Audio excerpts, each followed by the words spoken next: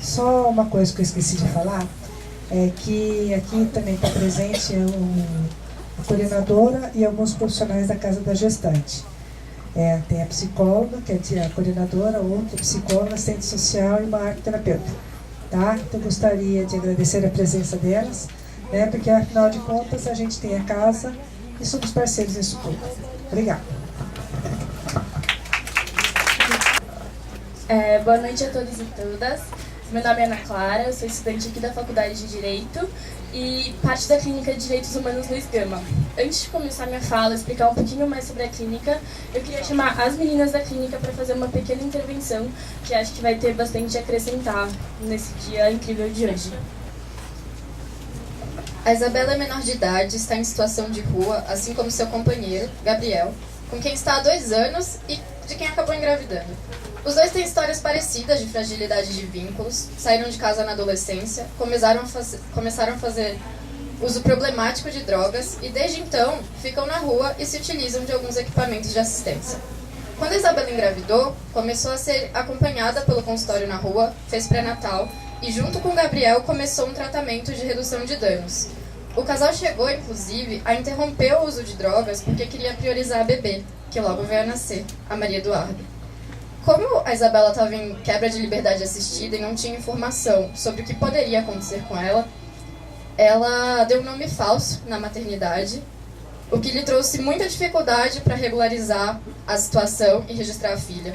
Quando ela finalmente conseguiu, começou a aproximação com a família extensa, com a intenção de deixar a bebê com a mãe ou com a sogra. É o que ela queria, era o que ela planejava junto com o Gabriel. Mas atropelando esse processo, o Conselho Tutelar, numa decisão inconsistente e sem relatório social, optou por encaminhar a Maria Eduarda, a bebê, para acolhimento. Como a Isabela também é menor, pôde ir para o SAICA com a neném, mas ela não aguentou ficar lá, ela não conseguiu se adaptar, ela sentiu falta do companheiro, ela sofreu muito com mais essa ruptura. Ela voltou para as ruas e voltou a fazer uso de drogas, assim como o Gabriel. A Maria Eduarda continua no abrigo e a avó materna, até agora está tentando, a guarda ainda não conseguiu.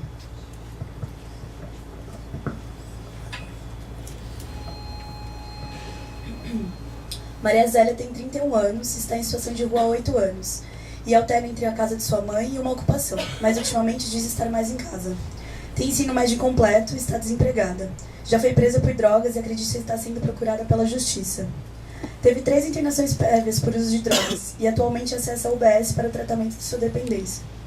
Maria Zélia teve 10 gestações. 3 de seus filhos estão com a avó e com ela.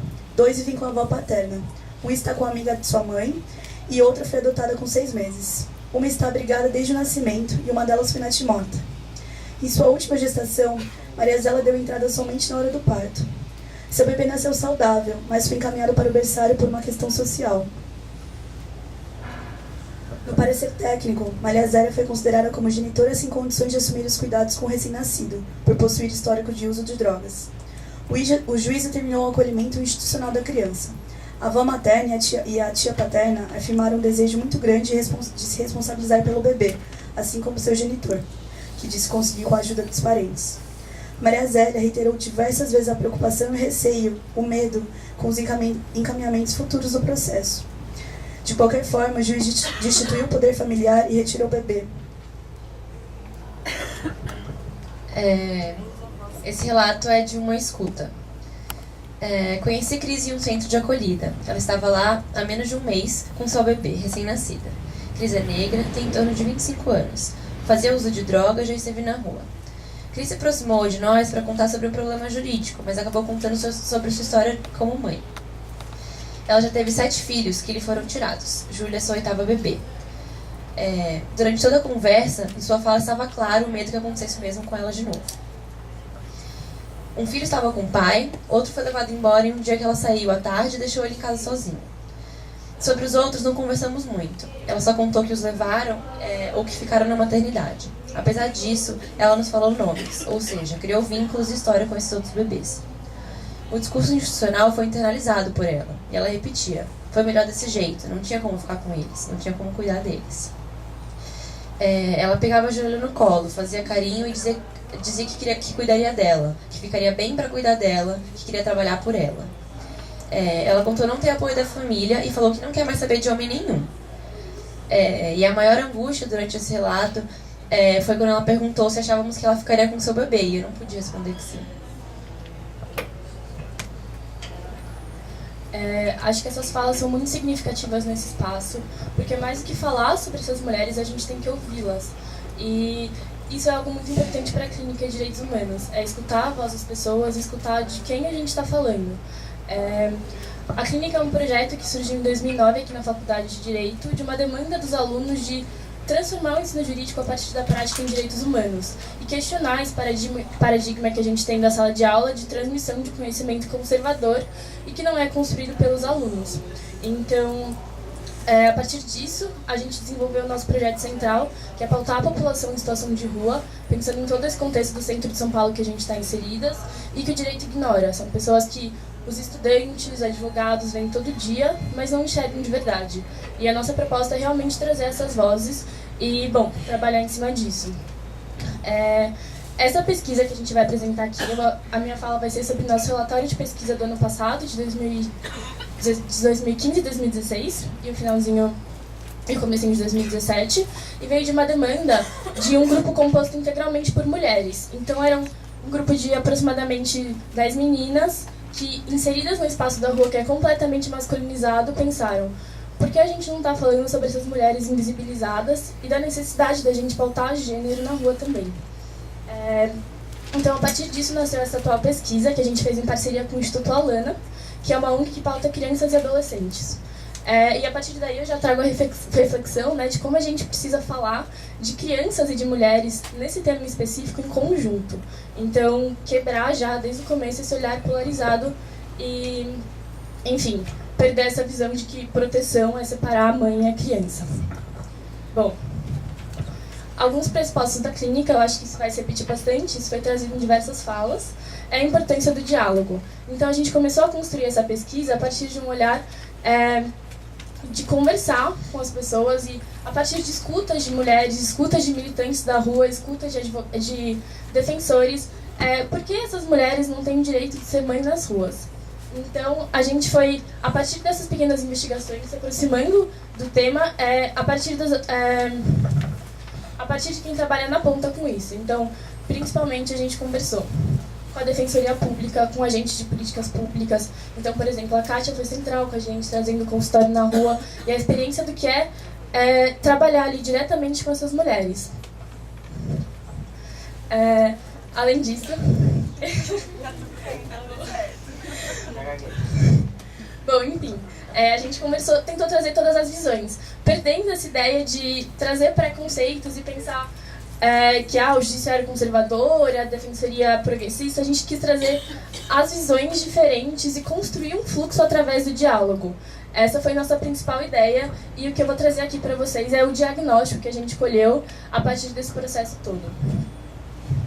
Bom, antes de falar propriamente do nosso diagnóstico, do fluxo que a gente conseguiu verificar na rua, é importante falar também que existem, como foi mencionado, diretrizes na última mesa de qual seria o tratamento ideal dessas mulheres. Então, o que a gente viu, tem uma nota do Ministério da Saúde, que é importante pontuar, que diz que o principal é que a judicialização seja a última instância, que as políticas públicas, que a rede de amparo sejam o principal foco dessas políticas e que haja realmente uma integração da rede para a proteção dessas mulheres e dessas crianças.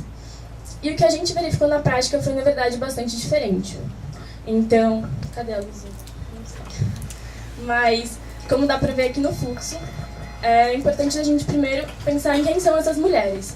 A gente está falando de não pessoas em situação de rua já são... acompanhar o fluxo. Mas a gente tem essas mulheres que, por estarem na rua, já são extremamente vulneráveis. Por serem mulheres, têm essas violações completamente aguçadas. Então, elas estão sujeitas às violações dos mais diversos tipos, violações sexuais, violações físicas, diversas doenças, não há segurança alimentar, o acesso à saúde é extremamente dificultado, tanto pelo próprio pela própria instituição da saúde, tem um estigma muito grande sobre a população em situação de rua, mesmo por exemplo, pedir documentos que comprovem a residência. Então, como a gente quer que essas mulheres estejam na rua? E a partir do momento em que elas engravidam, como a Ariane falou, elas aparecem para o Estado. Então, essa relação de omissão vai se tornar ambígua e ser uma relação de tutela. E não necessariamente a mulher, mas sim a criança que ela está gestando. Então, esse momento é crucial. E é o momento em que ela pode ou não se vincular a serviço de saúde, fazer o pré-natal. E é algo bastante difícil, porque corre no boca a boca da rua de casos em que o Estado tira essas crianças. Então, como a gente vai ganhar a confiança dessas mulheres e vice-versa, sendo que existe todo esse tabu em volta do assunto da maternidade na rua e em situação ou não de uso de drogas. E, bom, ela aqui chega no momento do parto, é o momento central em que ela vai para as maternidades, e aqui é o momento chave desse ciclo inteiro, desse fluxo que a gente conseguiu visualizar do que pode acontecer. Então, o ideal, conforme a gente viu nas diretrizes e conforme a gente vem discutindo aqui o dia inteiro, seria o acolhimento institucional da mãe e das crianças juntas.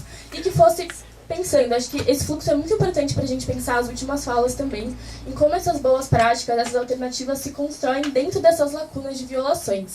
Então, aqui, por exemplo, seria crucial esse trabalho de empoderamento da mãe, de autonomia, de criar o vínculo da criança com a mãe e não da separação. Mas o que acontece é que a mãe pode ficar, em média, 48 horas no leito das maternidades e depois tem que sair, tendo alta médica. Mas a criança não tem alta social, que seria, ela está vulnerável ainda, ela não tem condições de ficar na rua com a mãe, e ela é retida na maternidade. E aí, o que a gente diagnosticou, principalmente do diálogo com essas maternidades, é que existe uma pressão muito forte do judiciário para que esses casos sejam notificados para as varas. Então é um problema bastante grande, porque muitas vezes a gente escuta falas de responsabilização de maternidades, por exemplo, pelo acolhimento, e não é isso. São funcionárias que estão também ouvindo, assim, a gente ouviu falas de realmente possibilidade de sanção de funcionárias que fossem contra essa normativa das varas, de que tem que notificar, enfim. E aí, a partir do momento que a vara é acionada, as chances da mãe ter voz nesse processo, de conseguir se defender, de tentar ficar com a criança, são praticamente nulas. Então, aqui, diversas violações vão ocorrer, ela não vai ter... Por exemplo, ela pode ser citada por edital no processo. O que é isso? É aparecer o nomezinho dela no diário oficial e como essa mulher que está em situação de rua, extrema vulnerabilidade, usuária de drogas, vai conseguir ver que ela está sendo chamada para uma audiência, sabe? Então é uma situação bastante complicada e que os juízes e juízas vão enxergar a separação da mulher e da criança como uma proteção à criança, efetivamente.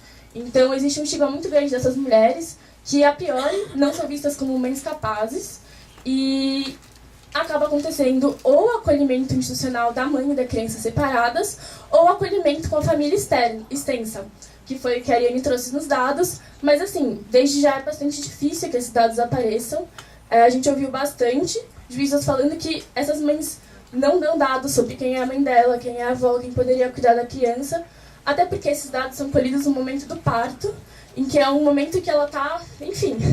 Quem ela vai lá preencher uma fichinha sobre qual o telefone e o contato mais próximo, sabe? Então é bastante difícil que isso aconteça realmente. Então existe um número muito grande. A gente está falando dessas mulheres que a gente ouviu aqui, que as meninas da clínica trouxeram também, do que acontece. E, enfim, a judicialização, que deveria ser a última instância, acaba sendo a regra no fluxo. Se alguma parte estiver ficando confusa, eu não sei, vocês me fazem intervenções. Mas...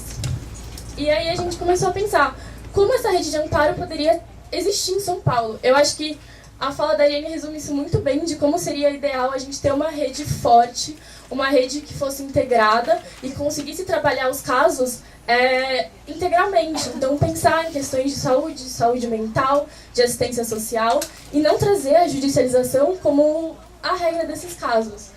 E cabe a nós, do direito também, pleitear essas políticas públicas, porque a gente encontrou bastante dificuldade no acesso às informações, que muitas vezes estão restritas porque envolvem crianças, não há transparência sobre políticas públicas, e dados, e como a gente quer construir mais políticas sem dados. Então é uma coisa super complicada que a gente precisa trazer para o direito, a gente precisa questionar, a gente não pode ficar, enfim, resignado com a situação. E, enfim, pensando nisso, pensando que podem existir políticas eficazes, pensando nessas boas práticas que a gente trouxe aqui, a gente precisa pensar, esses direitos são realmente opostos? A proteção da criança é assegurada pela instituição do poder familiar?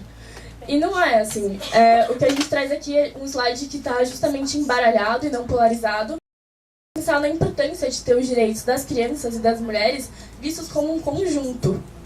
Eles são articulados. Então, por exemplo, o direito à moradia digna, à saúde, ao acolhimento. Por que a gente não fala em moradia para a população em situação de rua, sabe?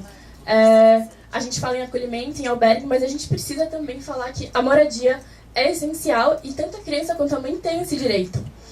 Além disso, o direito reprodutivos da mulher, o direito de poder escolher ser mãe. Então é isso. Ela escolhe ser mãe e depois ela não pode mais.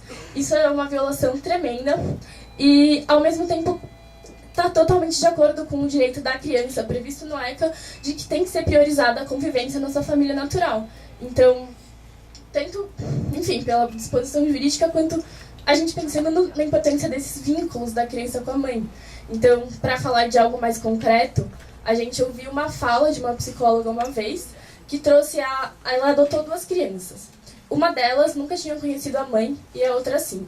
Essa que tinha conhecido a mãe tinha o desenvolvimento bastante, enfim, desenvolvimento social, conseguia se relacionar com pessoas, criar vínculos, e a que nunca tinha conhecido a mãe, nunca reconheceu nela uma figura materna. Então, acaba que não é uma violação pontual, que é ali no momento da separação, mas que vai afetar na vida dessa criança para sempre. E tanto na vida da mãe, que poderia ter nessa criança um motivo para tentar buscar autonomia, buscar, enfim, se empoderar de seus direitos, de outras possibilidades de vida, mas não. Muitas vezes ela acaba voltando para a rua, essa situação quebra ela por dentro, mais vulnerabilidades. Então são direitos que andam muito juntos.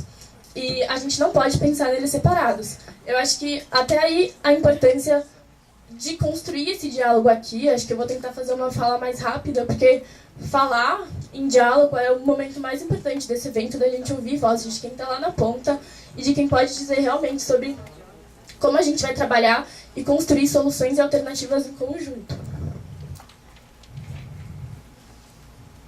Bom, e aí aqui tem algumas pequenas propostas que a gente trouxe sobre como, vendo essas lacunas e essas violações, a gente pode pensar em outros cenários possíveis. Então, acho que aqui a gente teve falas que contemplaram isso muito. Então, Jundiaí e Campinas são modelos pra gente. E São Paulo precisa mudar. Assim, só fazendo um pequeno parênteses. E muitas coisas. Mas... Pois é, mas assim, eu acho que só pra pontuar, eu acho que isso já foi falado nas outras mesas, mas reiterar a fala de como a situação de São Paulo tem sido crítica recentemente. Assim, eu não consigo nem expressar em palavras direito as violações tremendas que estão acontecendo na Cracolândia, e a gente tá falando dessas mulheres. Assim, só pra falar em números, o acolhimento de bebês na vara, que cuida da região central, que é lá na Cracolândia, que pega a Cracolândia também, eu acho que são 3 por semana. É um número muito alto, muito alto. Acho que 3 por semana. E numa outra vara, que era mais longe, é um acolhimento por mês. Então a gente está falando sim das mulheres da Cracolândia, a gente precisa questionar São Paulo e a gente, enfim, não pode fechar os olhos para isso. Só um momento de desabafo. Mas, enfim, algo que a gente percebeu bastante forte foi sobre como o direito é inacessível. Então a gente está aqui, é extremamente simbólico, a gente está na Faculdade de Direito da USP discutindo esse assunto, porque a linguagem jurídica não está aí para todo mundo. Então a gente fala sobre por que as mães ou as maternidades não sabem que a mãe tem o direito sim de ver a criança acolhida, porque é uma coisa tão simples. E a gente aqui no direito não percebe que a gente vive numa bolha enclausurada e não democratiza esse conhecimento. Então é imprescindível que a gente faça esse exercício de trazer essa discussão, de trazer esse debate, sensibilizar os atores jurídicos nessa questão. Enfim, a ideia também de visibilizar fluxos, como tem sido feito em outros municípios, da gente trazer essas questões de boas práticas, levar para o judiciário esse olhar de que a gente não precisa polarizar os direitos, e sim observá-los em conjunto, observar como a gente vai articular políticas públicas, como a gente vai articular a rede para proteger essa unidade, que é a mãe e a criança. E, bom, trazendo algumas outras potencialidades que a gente encontrou a partir desse diagnóstico, a gente tem esse diálogo intermunicipal, fortalecer o contato com outros atores. Então, por exemplo, o Conselho Tutelar não aparece nesse fluxo porque foi uma surpresa bastante grande de pesquisa, porque justamente a entidade que deveria tutelar os direitos das crianças não está aí. O Ministério Público, a gente precisa se aproximar também, que tem essa postura de criminalização dessas mães. A gente precisa fazer, enfim, sensibilizar as pessoas para essas histórias, porque afinal de tudo a gente está falando de narrativas de mulheres, de seres humanos, e não de números que, enfim, a gente precisa trazer o elemento humano tanto para o direito quanto para a saúde, para a assistência, e isso é imprescindível. Enfim, estimular pesquisas sobre, por exemplo, o que acarreta essa quebra de vínculos tão precoce. A gente precisa pensar isso de um jeito intersetorial e múltiplo para conseguir fomentar o debate, o diálogo e construir isso em conjunto, e sem responsabilização ou culpabilização de ninguém, mas como um problema social que precisa ser enfrentado por todos. Enfim, acho que minha fala foi mais nesse sentido. Eu ia deixar para o final para pontuar a situação da Cracolândia, mas só queria reiterar sobre como a gente está falando desses sujeitos extremamente violados. E queria também convidar todos, agora que foi a última fala, para intervenções, debates. A gente precisa discutir isso em conjunto. Acho que é isso.